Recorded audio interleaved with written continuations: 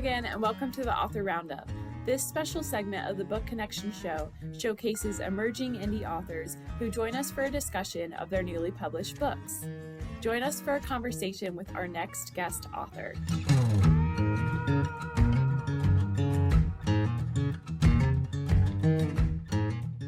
Hello, how are you? Welcome back to Author Roundup. And if you're new here, hi, my name is Emma, and I will be your host for today's episode. Today, I am joined by Corrina Wilson, author of I See You, a powerful collection of poetry and personal reflections born from real-life recovery, trauma, and healing. Corrina is a passionate mental health advocate who uses her story to shine light on the unseen and give hope to the hurting. Her words are raw, relatable, and rooted in faith. Hi, Corrina. How are you today? Welcome to the show. Thanks for being here. Good afternoon, and thank you for having me here. I'm grateful to be here to share my story as well. So thank Yeah, you. yeah, us too. And so your story seems very heavy, but also like it could help a lot of people. Can you tell us a little bit about it? Yes, I wrote this because of my own real lived experiences and growing up in dysfunctional, seeing mental, physical abuse and everything left in me, looking for love in all the wrong places, and then how life just basically takes over.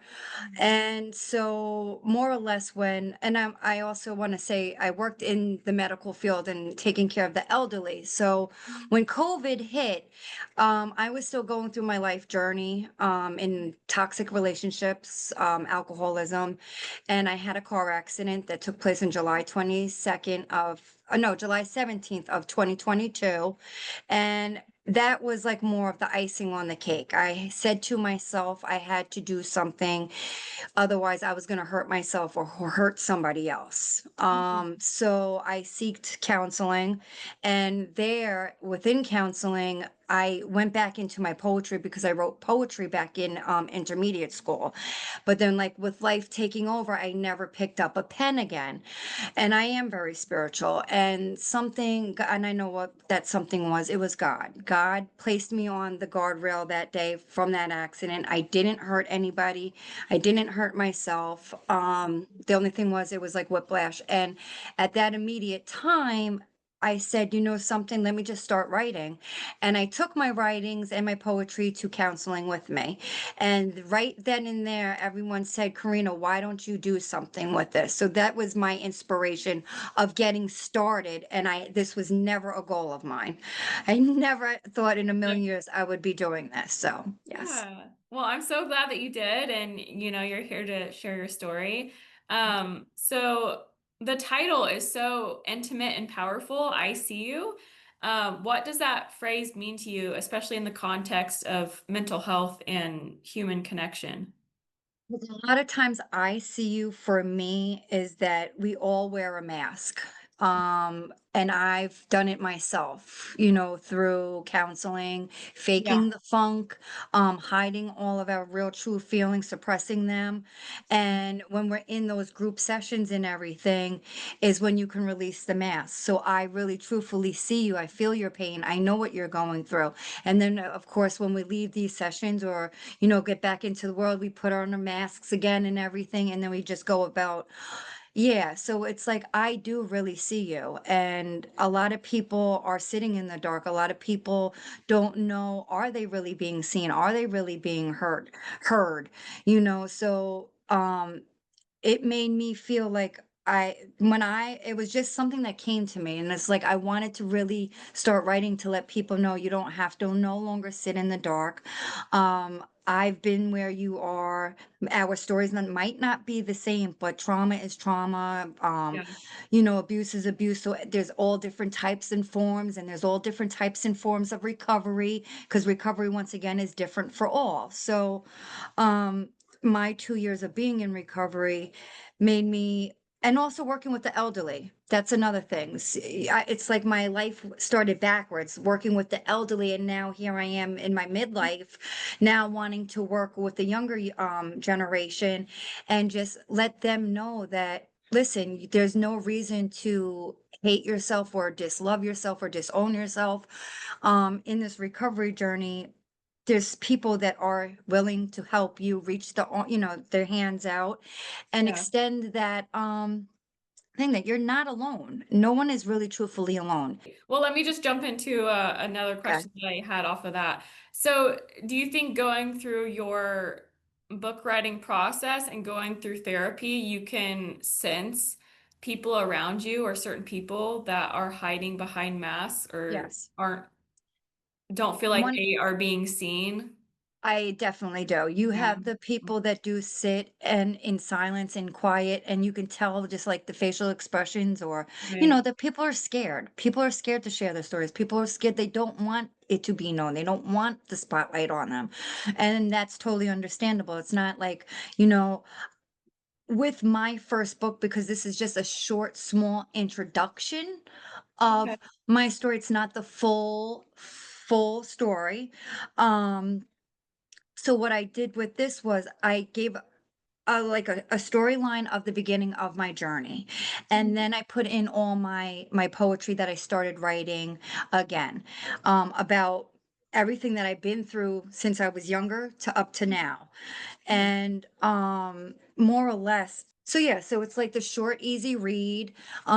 It's, I think, 108 pages, and it's basically a small introduction. And what I wanted to do with this was more or less for like counseling offices, retreats, women's rehabs or domestic violence rehabs, Mhm. youth centers for young, women. And I didn't really, for men, I mean, the boys or the younger guys or whatever, I do have two in there that are for them, because also with my relationships and everything, I have learned how to forgive. Okay. And with that forgiveness, I understand that the reason why the things happened to me from them was because they were fighting. They had problems that they didn't quite understand about whatever Yeah. they were going through as well. So in all actuality, I learned how to forgive. So how did you decide on, I know you mentioned that you wrote poetry in your schooling, but how did you decide on poetry for this book and what made you decide on that format? Because poetry has been a healing tool of mine, music, right along with music. Oh, So nice. there has been times, when I went to go seek counseling, and this was going way back, that I would go to counseling, but it felt like I wasn't getting anything out of it. Yeah. And so my music seemed to be my therapy. And like I said, growing up with me doing poetry, and I always used to love to rhyme, I try to, like I said, I haven't picked up the pen since this car accident. And it was just an amazing thing that I just started doing it out of nowhere. It just came to me. And so, yeah, it's been like with the music, and music is another format of poetry as well. So Yeah, of I just course. love poetry. Yeah. And so how long does it take you to write a poem and how long are your poems? Does it vary or? Yes. So more or less, like I said, I was not planning on writing a book. That was not my thing. I was sharing this in counseling. And this Right. is that. Yeah. So, of course, we only have a half an hour sessions in counseling. So no, my poetry now was not long. So that's why my Yeah. first Okay. introduction book has shorter poems. Okay. But after I did this and I surprised myself, I said, because I started also doing classes to become a peer specialist and a mentor.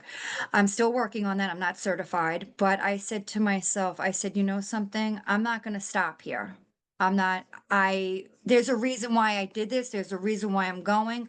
So I'm actually working on part two, where Oh, it's gonna be more deeper. You're gonna get a little bit more of my story, but more in depth.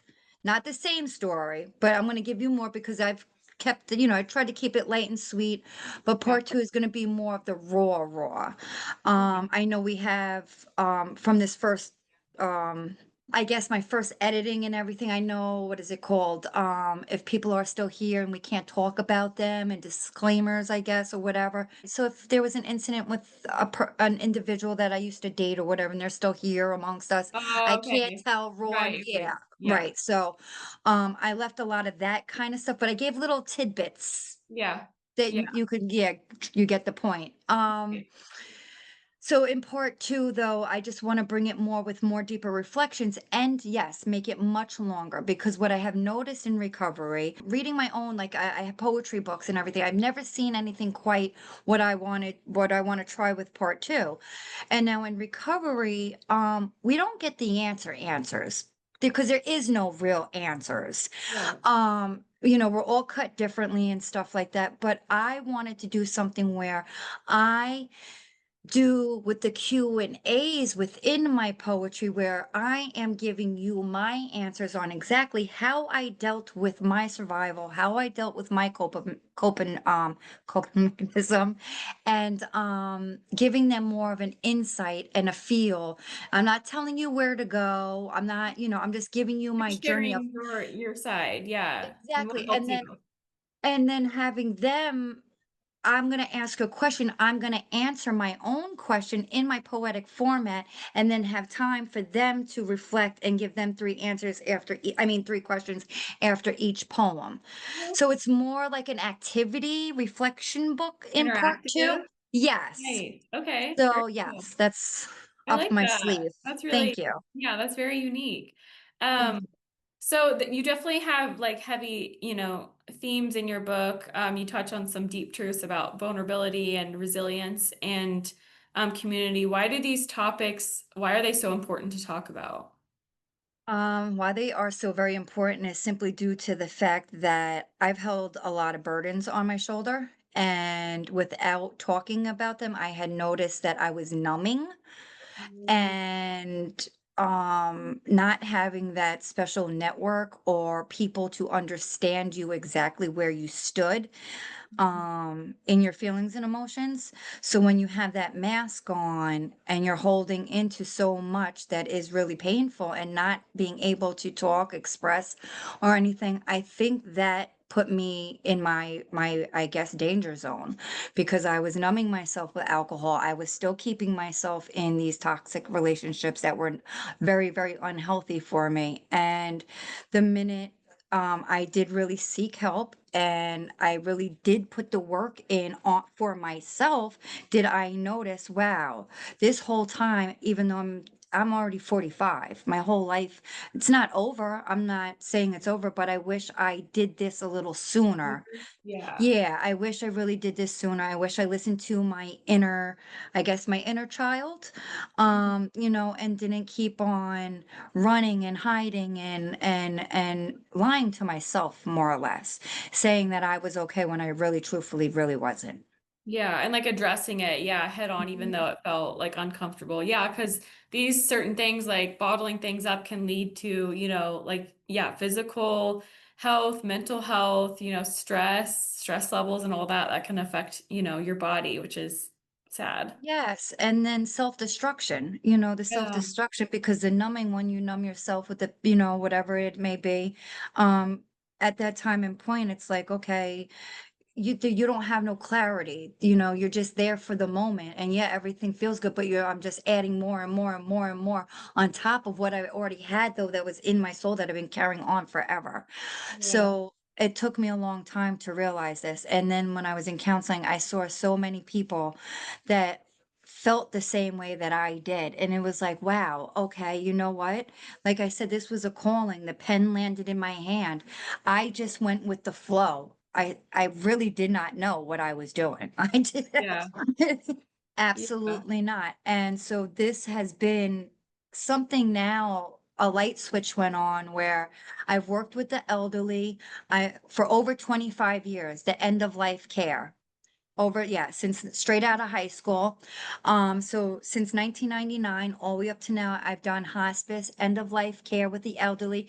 And one message I do want to say is that by working with the elderly and holding their hands at their last time and their last breath and everything and hearing their stories of survival. I mean, I've worked with so many different ethnic groups of different families and everything. So, I mean, I've heard great and beautiful stories. I've heard horrific stories, but these individuals have lived and were able to live in their 80s and 90s and even pushing 100.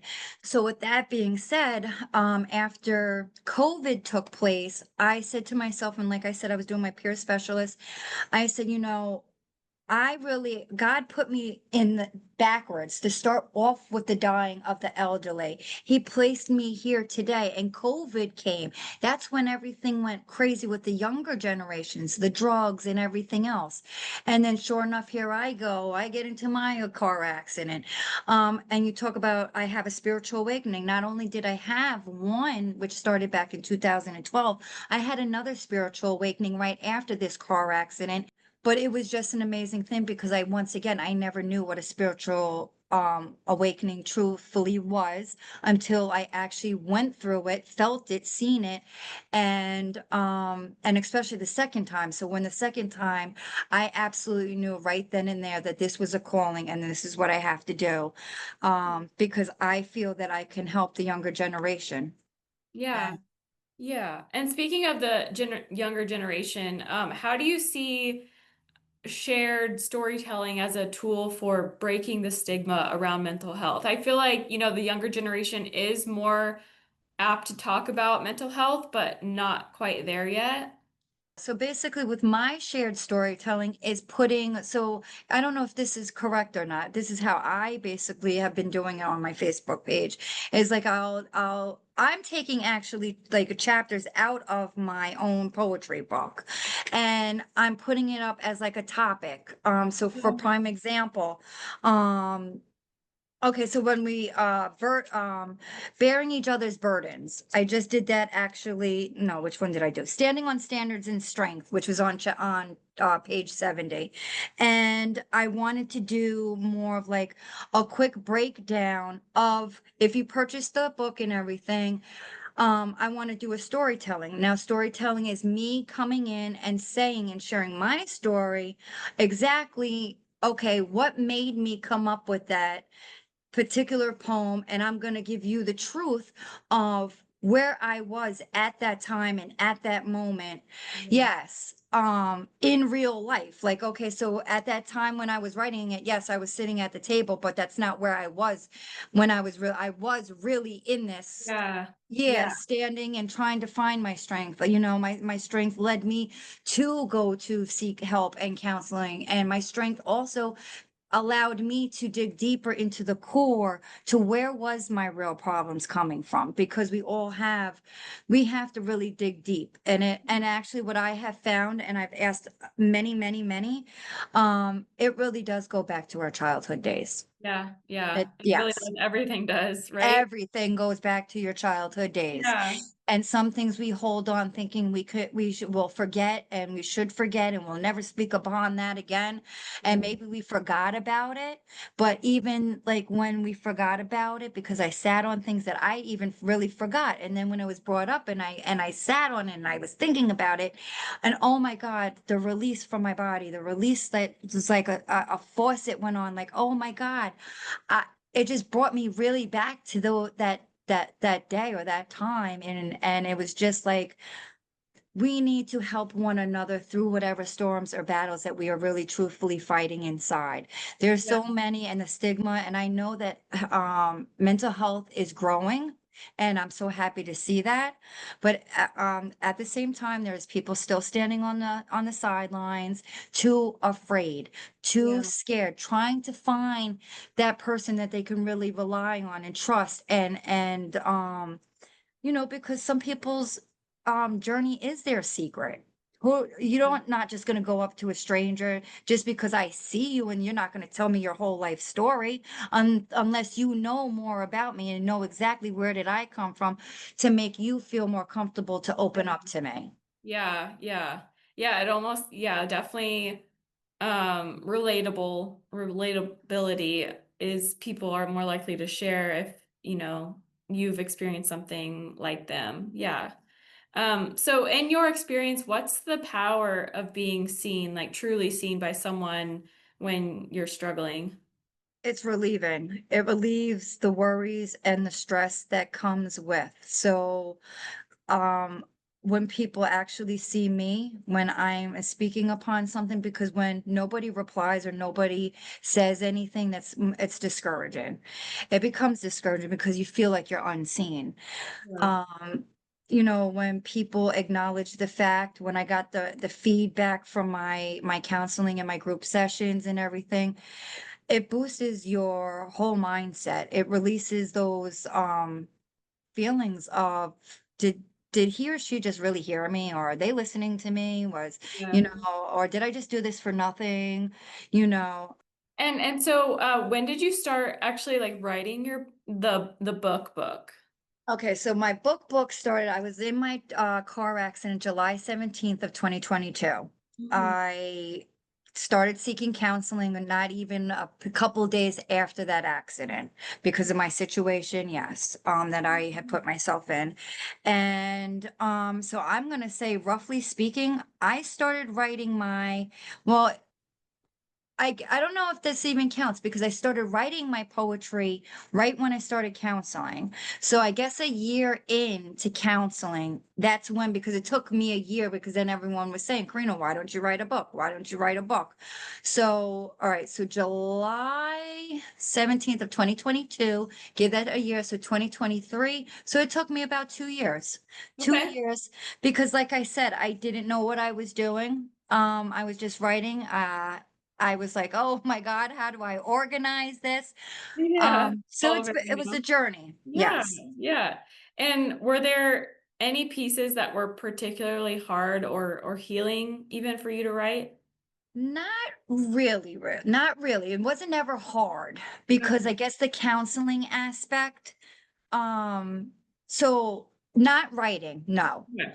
Okay. When I was directly in my counseling and we were having our sessions and she would bring up certain things. So at that moment, like I was saying, when I was caught off guard and I had to bring up a memory. Yeah. So, wow, yes, she brought that out of me. And then I took that out and went home and wrote a Okay. poem. Yeah. Gotcha. So the writing aspect, no, but the counseling, yes. Okay. And Yes. what was your writing experience like? How did you feel, or when did you want to write, or how did writing your poems come? My counselor wanted me to read a book. I'm gonna get my counselor wanted me to read this book, and I read it, and I read half of it, not even. And I said, I said, this isn't the kind of book I'm really into. I like the real life, real true stories, like, documentary books or something that, Memoirs. yeah, I don't give me just a little story in that. No, not imaginary. No, I don't like that. So what she said was, Karina, you didn't read this book, really? And I said, no, I didn't. She's like, okay, well, if you didn't want to read this book, I want you to go back and write a biography. And because I told her I used to, yeah. So I'm like, oh, you want a biography? I said, sure, no problem. So I go home, and I think it was the following Thursday. I come back, I bring her 4 to 5 pages stapled together. And she says, what is this? And I said, well, you wanted my biography, right? So she's like, oh my God, you did it. You did homework. Because I'd rather have homework than to, Right. yeah, give me Yeah. work to do so I can work on myself. And that was one thing that was so special about being in counseling this round, because this round, there was so many activities that she had me to do to work on myself. She opened up new ideas in my head that I would have never thought on my own that made me go and do this. So then it was basically, when I was in counseling, I would get, after we all had a group chat and everything, depending on my feelings, my emotions at that time. And whatever, like, so if I watched a movie, or if I heard a song, or if I was so upset because I just listened to that song and that song just made me think of him or whatever. And because I'm not a hateful person, but like, I don't ever wish anything bad upon anybody, because that's where my forgiveness came in. But I know way back then, I was a totally completely different person, wishing upon stuff. And that's not who I am. That's not who I want to be. So this journey was like, whatever was coming at me, left, right. I would just take a topic and I'm like, okay, this is my feelings right here, right now. So this is what happened in 2008 because I now I'm having my memories come and I would just start writing. Mhm. And so how is your book organized? I mean, I know it's poetry and there's definitely strong themes in it, but how is it like laid out for a reader once they grab your book? So for I See You, my first book, it's laid out just basically, it's more simple. It's in stages. It's in stages. Okay. I try to start my poetry when I was a little girl, giving you a little insight from there. So every every poem of mine, also to suicide, I wrote a letter because I was there at one time. Yeah, where because of a relationship. I wanted to throw my car off the bridge. And thank God, by the grace of So God, that glad I you did did not. not.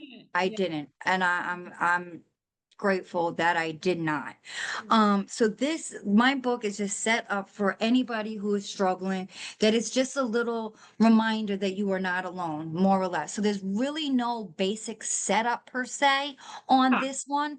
But it's very unique. Yeah, usually, poetry books are just, short and sweet and just, Yeah. yeah, But multiple poems. yeah, and and what I've noticed also, there's so many people on like the platforms out there. I also have a poetry group that I had started on Facebook, and I also have a recovery group that I started on Facebook. And I have asked questions like, how many of you guys enjoy poetry? I have about 295 people in the group. Yes. So I mean, I'm starting something.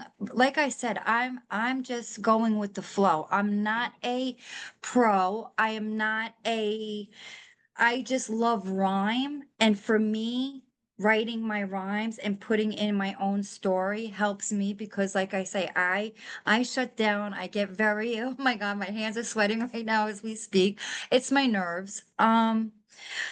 But it's just poetry, once again, for those who do truthfully love poetry, it is Yeah. 100% a healing tool of mine. I Yeah. use it, music is a healing tool because we all enjoy music.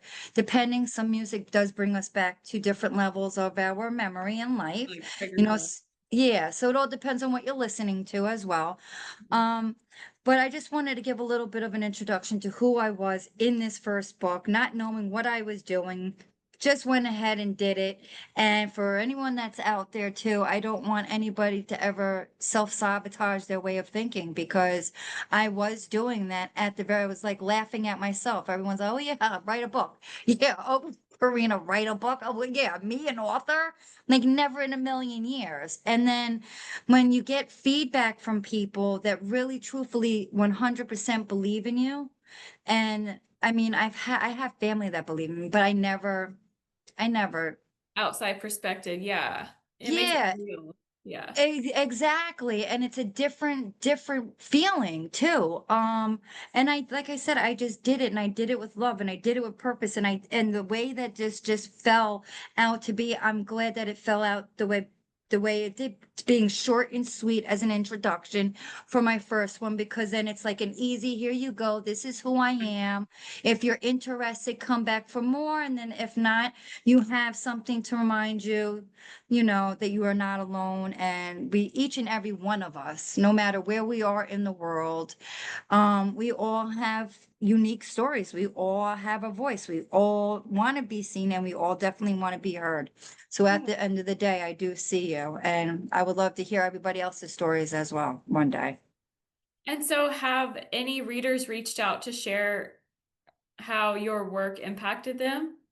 Yes, I have one girl. She actually left me a review on Amazon, and it brought tears to my eyes. It brought tears to my eyes simply due to the fact, wow, this is another stranger that I do not know. Mhm. Um, and so when you have strangers that you have never met, never spoke to, and wow, it landed in somebody's hands, Mhm. saying that that was so very inspirational and that she was going to purchase it for her daughter who had trauma and I guess suicidal things. And she thanked me. And I was like, wow, that was so deep. Uh That's amazing. yes. Yeah, So, and I haven't even sold that many books. oh, so it's like, oh, just one person. That's amazing. And so there'll be so many. How does that feel to know that your words are offering others, comfort or, It's a clarity? shock.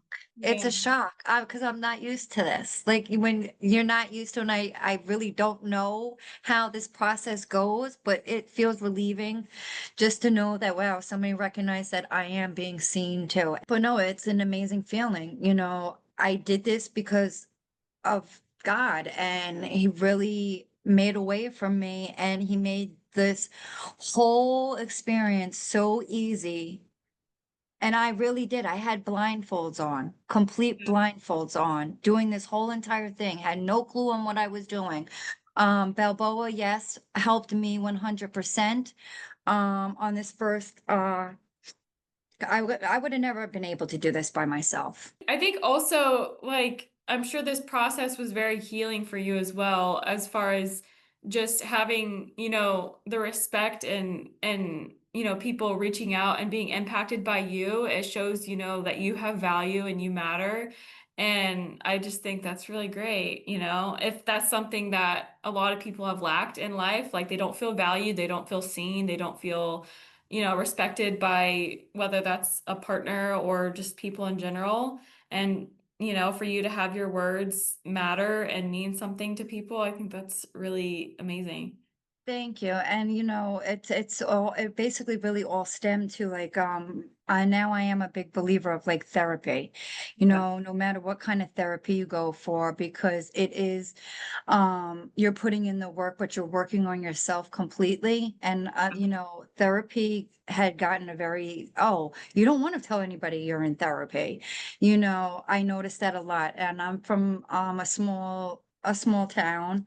And so it's like, but today it's like, I don't care because you know what? It made me the person that I am today. It made me feel so much about me and Yeah. being, yeah, feeling better and stuff like that. So, like I said, my book here is, I just want to be that shining light on somebody's soul, um, and make connections with people, my whole platform is opened up, and then I'm also working on doing my own ICU healing cards. Oh, okay. Yes. So I have so many ideas and activities lined up. Um, but that's how I do. I start with and then I Yeah. stop. I put that aside. Yeah. Yeah. Yeah, So you gotta be busy. Yeah. So what advice would you give to a writer working on his or her first book? to keep on going and do not stop. Keep on going, believe in yourself, and just keep on writing. Like it's never going to look right at the very beginning. Absolutely Yeah. not. I was so disorganized. My way that I started dealing with is I got a binder, and each and every poem that I did, I made sure I printed it out and I put it in the binder. And then when I was thinking that I was done, I said, okay, let me open this, like as pretending this was going to be the book. And I said, okay, there's no order. What am I to do here? So, do not get discouraged. Just keep on going and take your time on working it, because you will eventually get there and you'll be surprised at the end because it's rewarding. It definitely is. Yes. And what has the feedback been like from your family and friends? Did close ones know that you were like actually writing a book? Yes, so I let everybody know, let's say after the year and everything, and I said, you guys, that's when I did my binder. I was putting everything in order, and I told my best girlfriend, I told my mom, I was sharing things with my aunts and everything. And at first, well, the first response was like, oh yeah, okay, you're gonna write a book, how are you gonna manage to do this? So yeah, it was kind of that type of response. Yeah. But then I just said, okay, well, I'm not going to have that feed bad energy into me. No. Yeah. So how am I going to do it? I'm just going to do it, because sometimes we need to invest in ourselves. Sometimes we have to work hard, because even though I invested in going to counseling, that was a great investment. But financially, I said to myself, even though I'm not able really 100%, but if I don't do it now, when my heart and everything was calling for me to do it, I Yeah. don't think I would have done it later. Yeah. I don't think I would have done it later. Something told me this was the perfect time, Karina. You're in counseling. Go ahead. People are rooting for you, throwing Yeah. this information. And I just took that information and I manifested it. And I was nervous. I was scared, but I tried not to self-sabotage myself. And I think what happened too, while all this was going, that I was still in the same safe space of therapy while I was working on my book. Mm. So with that being said, that safe space, that great feedback, that Motivate boost you. of, yes, encouragement led me to keep going. So I know that a lot of people do not have that. And I just really deep down want them to know that no matter what room you're sitting in, if it's chaos, darkness, if even at happy places, but you can't focus, put headphones on, just take an hour of each day, write, and then go back to it later, because it will eventually make sense at the end. Yeah. And so is this stuff that you've sort of, or is this stuff that you've sort of internalized completely, or did your close ones know, like in your book, what you've gone through completely? No, my mom and my sisters are the only ones that know Mm. exactly 100% of all and everything that I've been through. Mm. Um, yeah, because of criticism, Yeah. um, I love my family. I come from a good family, a supporting family, but um the shame, the guilt, uh of telling all your secret, but I had to swallow that. I swallowed that when I did write this Yeah. because I know they're no one has ever really came to me and said, I did get congratulations, but no one really, I don't know who really bought my book within my family, to be honest with you, Yeah. Mm. with the dysfunction and everything. So that one's hard because I don't really try to jiggle. Um, Yeah. yeah. Yeah. So I got good feedback as far as them saying congratulations and everything. I think there was self-doubt that a lot of my family members thought that, yeah, right. Once again, how is she even going to manage to write a book? Is she crazy, to tell her whole life story? And to me, what I've learned in counseling, well, if I don't, we're in a different era. We're in a different era. You're talking, my family is much older. They're in their 70s and early, 60s or whatever. And everybody is the type of person, what goes on behind closed doors stays in behind closed doors. And, you keep your personal life, and that's fine. There's some certain things I haven't shared yet either. That I'll wait further on down the line. But at the same time and token, I think that we need to learn how to help one another. Um, and just be there for moral support or whatever kind of support people are really actually looking for. And do not be judgmental, because guess what? Each and every one of us has been through something once again. Yeah. And, some people, prime example, some, I know that there's stories in my family line that they have never opened up their mouth. And it's like, wow, so how will I ever know what you really, really went through because you still wear a mask with me? Yeah. And Yeah. that's like yeah, and that's, so it's kind of like I put up that persona with family because nobody has opened up 100% with me. Yeah. And Yeah. it's when I say I see you too, that's actually speaking to someone in my family too, because I know you've been through pain, but I haven't said anything to like, why won't you open up to me? But just know that I see you. Yeah. Yeah. Mm. Yeah. And what about your counselor? What has your counselor thought about your book? Awesome. Karina, I've Oh, gotten, yes. And then well, yeah, she actually had written a book and she never even shared that with me until the end. Yeah, so when I had finally, I wrote a letter.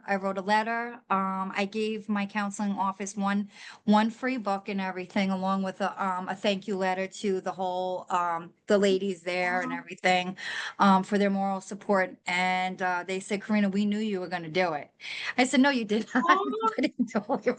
Nobody had a clue that I was going to do this. And she says, yes, we did. We were talking about it. We were praying about it. And Wow. and so she says, Karina, she says, here, I want to give you a gift as well. So she actually, I said, I said, Miss Eileen, I said, wow. I was like, it's being great. Wait, gratitude.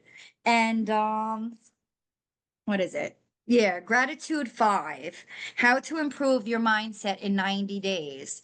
And so, yeah. Uh-huh. And she was like, well, I just want to let that I wrote a book too, and I'm going to share it with you. And I said, oh my God. So Oh, that's now that, yeah, because cool. I didn't know any authors. So meanwhile, I've been counseling with an author that she never even told me that she was an author. So, Oh my gosh, that's wild. That's yes, so it crazy. was like, I think she waited for that moment too to make That was sure that special. I followed. Yeah, and I did. And I said, well, I told you guys, even though I said yeah, right, ha ha ha, that's I can't be an author. But now it's like I'm in this space where this is what I really do want to do. I want to write. I want to keep on writing. I want to do something also for the younger children, coloring books, but in a poetic format with Q&As and activities, healing through rainbows or something. Yeah, something relatable, yeah, for kids. That's sweet. Yeah. Yes. And so the second part, how much of that have you completed? 48 pages. Oh, nice. Okay. 48 pages. And my goal on that book, now this one has 108. My goal is at least 250, 280. Okay. Nice. Yeah, because I want that one more deep and profound. Yeah, yeah. So it comes with a little bit more like preparing and, Yep. writing. Yeah. Because if I can also say with this, so for another example, with this, like I want this to be an introduction. I see you. I have this sitting at the counseling office, like I was saying to in ladies group homes or young girl group homes, things like that. So also that if and when part two comes out, everybody will know where I stand because it is quote more in the mental health field. Recovery, like I said, even if you go to counseling, we're recovering from anything and everything. It does not necessarily have to mean because I was getting some of that from my family as well. Mhm. Even though, yes, I was on drugs and alcohol. But recovery for many is completely different. This is not just an alcohol and drug recovery book. No, Mhm. it's recovering from whatever your trauma, whatever abuse, whatever lifestyle situation that you have been put in.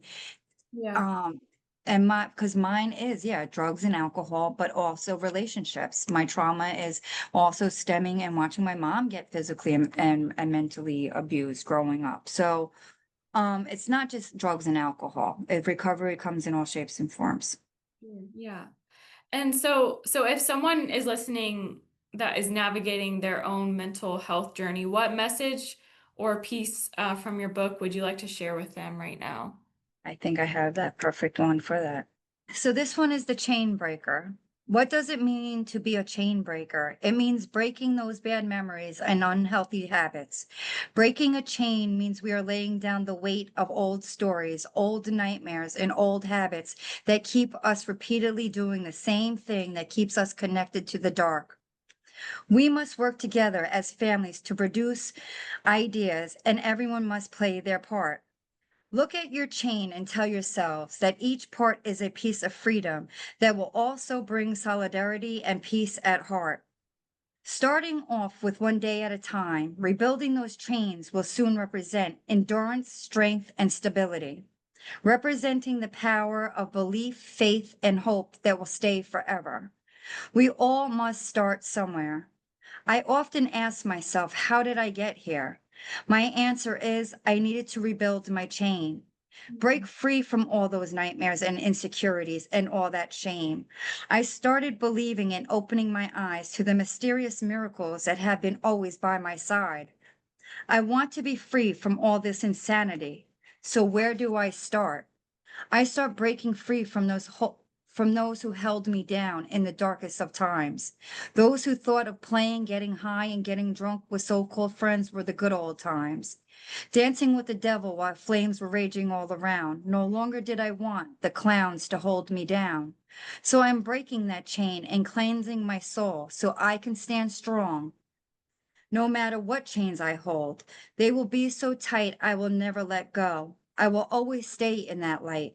Now I can call this my unbreakable chain to freedom and peace of mind, where my light will always shine so, so bright. Damn, isn't that just divine? Oh, so Thank, good. That thank was you. amazing. And that's just a Thank you. little snippet, everyone. That was so good. Well Thank you. done. Thank you. Amazing. Well, I think that's all the time we have for today. Is there anything else that you want to share with our audience today, Karina, before we go? I, yes, I just want everybody to always remember to follow your dreams and to never let anybody ever overstep your boundaries. And to reach out regardless of wherever you are in your recovery, or if you're seeking recovery, to seek without judgment. People are not out here to judge, you know. A closed mouth will never get fed. And definitely, we have a voice for a reason, and we need to speak up and help those. Um, and just keep on going. Good things happen. And I see you, and I hope, that everyone's journey reaches where they really deserve to be. And, that's being seen and heard. So once again, I thank you, and I thank this book connection as well for giving me the opportunity to even be here. I appreciate that. So thank you so very much, Emma. Well, thank you so much, Karina. Thank you for sharing your story, Thank and you. we wish you the best of luck with your book and with your next book. Hopefully, we see Thank you. that soon. If you wish to purchase Karina's book, you can head to balboapress.com and purchase it through our online bookstore. And it also is available on Amazon and Barnes& and Noble. And thank you, Karina, for being here with me today. Thank you so very much for having me today. I appreciate it. Thank you. And thank you to whoever is listening. And I hope you purchase Karina's book. And if you do, please leave her a review. I know she would greatly appreciate that. And thank you, and I'll see you in my next video.